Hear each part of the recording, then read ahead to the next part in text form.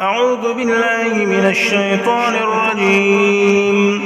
بسم الله الرحمن الرحيم.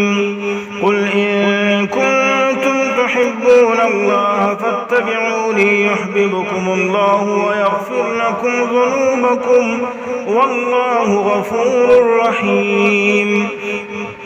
قل أطيعوا الله والرسول فإن تولوا فإن الله لا يحب الكافرين.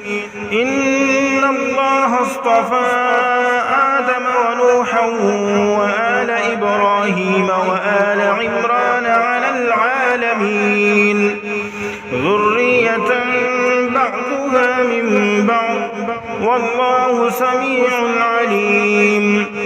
إذ قالت امرأة عمران رب إني نذرت لك ما في بطني محررا فتقبل مني إنك أنت السميع العليم. فلما وضعتها قالت رب إني وضعتها أنثى والله أعلم بما وضعت وليس الذكر كالأنثى وإني سميتها مريم وإني أعيذها بك وذريتها من الشيطان الرجيم. فتقبلها ربها بقبول حسن وأنبتها نباتا حسنا وكفلها زكريا. كلما دخل عليها زكريا المحراب وجد عندها رزقا قال يا مريم أنى لك هذا؟ قالت هو من عند الله إن الله يرزق من يشاء بغير حساب.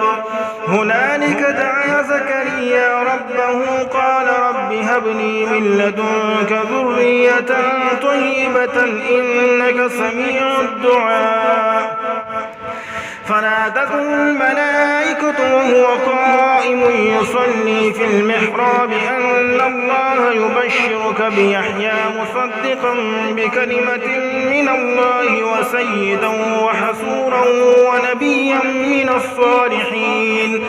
قال رب أنى يكون لي غلام وقد بلغني الكبر وامرأتي عاقر؟ قال كذلك الله يفعل ما يشاء.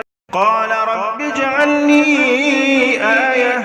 قال آيتك ألا تكلم الناس 3 أيام إلا رمزا واذكر ربك كثيرا وسبح بالعشي والإبكار. صدق الله العظيم.